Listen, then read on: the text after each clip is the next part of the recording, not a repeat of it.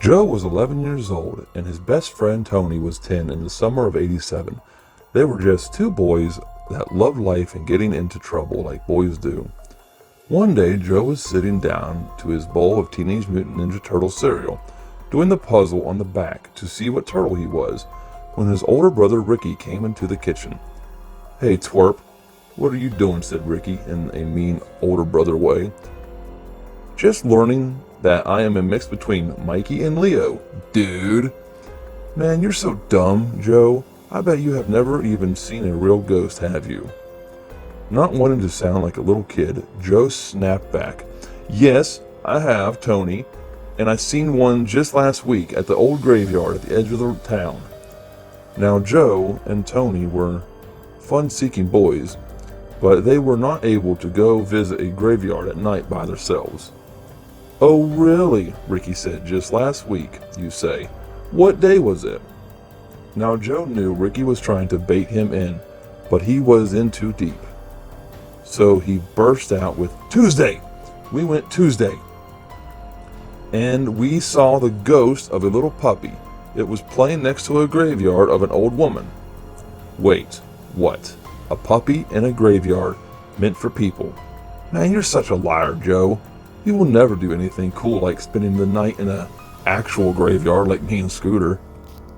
"Wait, what? You're spending the night in a real graveyard?"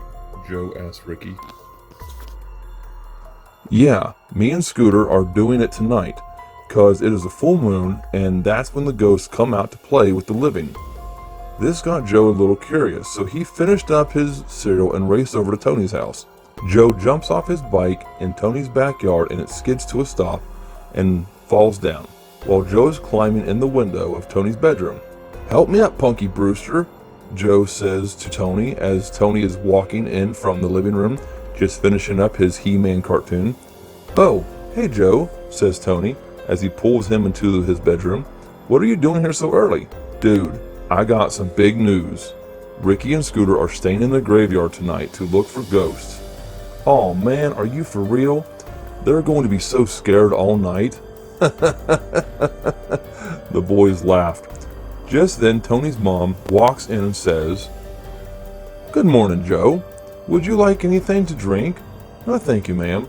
I just ate." "Okay, you two boys have fun." And she shuts the door.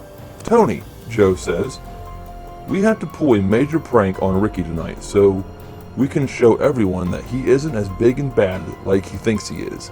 "Oh man, Joe, that sounds awesome. But how do you plan on staying out that late?" "Easy. You tell your mom you're staying at my house, and I'll do the same with my mom." "Okay. You think that'll work?" "Well, I hope it does, because that is what Ricky is doing with Scooter." "Okay, let's just ask now." "Okay, sounds good." "Hey Mom, I'm staying at Joe's tonight, is that okay?" "Yes, that's fine, dear, just mind your manners." "Thanks, Mom." "Okay, that was easy, let's get my parents to agree now." So the two boys ran through Tony's house, out the back door, and jumped on their bikes to race back to Joe's house to ask his mom if he could stay at Tony's house. Joe's mom was in the living room vacuuming the rug. Wait a minute, boys. I just cleaned this rug. Stay off it, please." "Oh, okay, Mom." "Hey, can I stay at Tony's house tonight, since you just cleaned? That way we won't get it dirty and mess everything up." "Oh, I guess so, if it's okay with his mom." "Yeah, it is. We already asked her."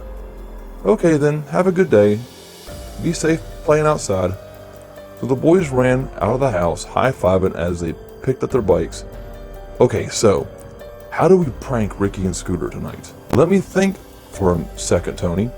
"Oh, I got it. We need the tape player you got last Christmas from Santa, and we need the tape that Chelsea has of old Halloween noises." "Oh, that will be a great prank." So the boys rode their bikes as fast as they could towards Chelsea's house, the wind blowing in their faces, and it made Joe shout out, "Hey ho, Silver, away!"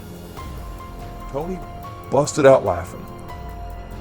Just then, they came up to Chelsea's house, and she was in her front yard building a telescope. "What are you doing?" asked Joe as he jumps off his bike. "Well, I am building a telescope that should see to Mars on a clear night. What's it to you, snot bucket?" "Whoa, Chelsea, I mean no disrespect. I was just asking. Oh, sorry, Joe. I have been asked and made fun of for the past month, and I am so close to getting this to work. Well, that is so cool.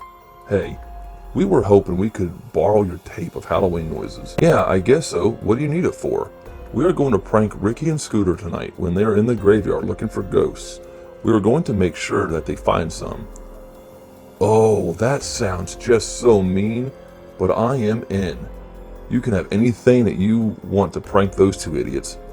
They have been riding by here every day for the past week, making fun of me and my telescope. I hope they get everything coming to them.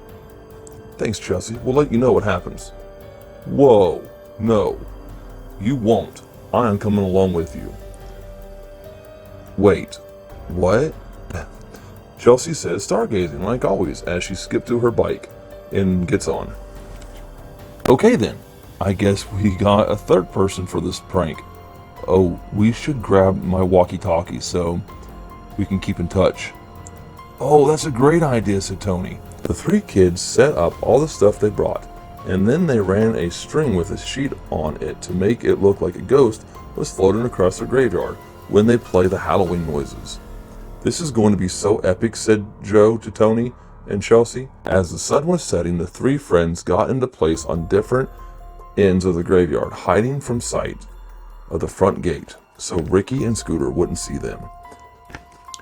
Just then, they heard the voices of Ricky and Scooter coming over the hill and their bikes leaning up against the gates of the graveyard. Oh man, this is gonna be epic, Ricky, said to Scooter. Man, we're going to see so many ghosts and get all the girls in school. When we tell them the story of how we stayed in the graveyard all night and fought real ghosts. Oh, you're so right, Scooter, said Ricky. Okay, let's set up the tent and get our fire going before it gets any later. Dude, we can't light a fire in a graveyard. Someone might see us. So what are we going to do for heat, Scooter, said Ricky. Don't worry, I brought my mom's electric blanket, said Scooter. How do you plan on using an electric blanket? You idiot, there's no plug-ins out here. Fine, we'll just wear sleeping bags to keep ourselves warm. The two boys set up the tent and put their sleeping bags over them to keep them warm through the night. As they were walking the graveyard, calling out to the spirits that haunt the graveyard. They did this for about a half hour, and nothing responded to them. Then Joe's voice comes across the walkie-talkies. Okay guys, light them up. And then Chelsea hits the Halloween noises on the tape deck. Ooh. Come to the darkness, my little demons. Come to me now. Ah. Ricky and Scooter stop dead in their tracks and look at each other and start to shake like a tree in a hurricane. What was that? Scooter said to Ricky. I don't know, said Ricky. It sounds like the gates of hell just opened up. What do we do? I say we keep looking around, said Scooter, as he was holding on to Ricky's arms. I mean, the girls need to know what we did. Yeah. It's all for the girls, said Ricky. So the two boys walked to the middle of the graveyard, and then Tony says over the walkies, now! And then Joe pulls a string, and the makeshift ghost comes screaming across the graveyard at the boys. Ooh. Ah! Screams Ricky and Scooter as they run out of the graveyard in a full sprint. They jumped on their bikes, raced back to Scooter's house to the safety of four walls and a roof. Joe, Tony, and Chelsea come out of their hiding spots and meet in the middle of the graveyard and was high-fiving each other on a job very well done. Just then, a man walked over to the three friends and said, "We all seen what you did. We thought it was very funny." This made the kids turn to the man who was not there a minute ago and stare at him like he was a monkey holding a banana. Who are you?" asked the kids. "And who are we?" "Why, we're the real ghosts of the graveyard, and we thought it was so funny. how you scared your brother and his friend. Wait, did you say real ghosts? Why, yes, I'm a real ghost, said the man. My name is Harry Amos III, at your service. Ah! Is all the ghost heard as the three friends ran from the graveyard, jumped on their bikes, and sped off to Chelsea's house. The end.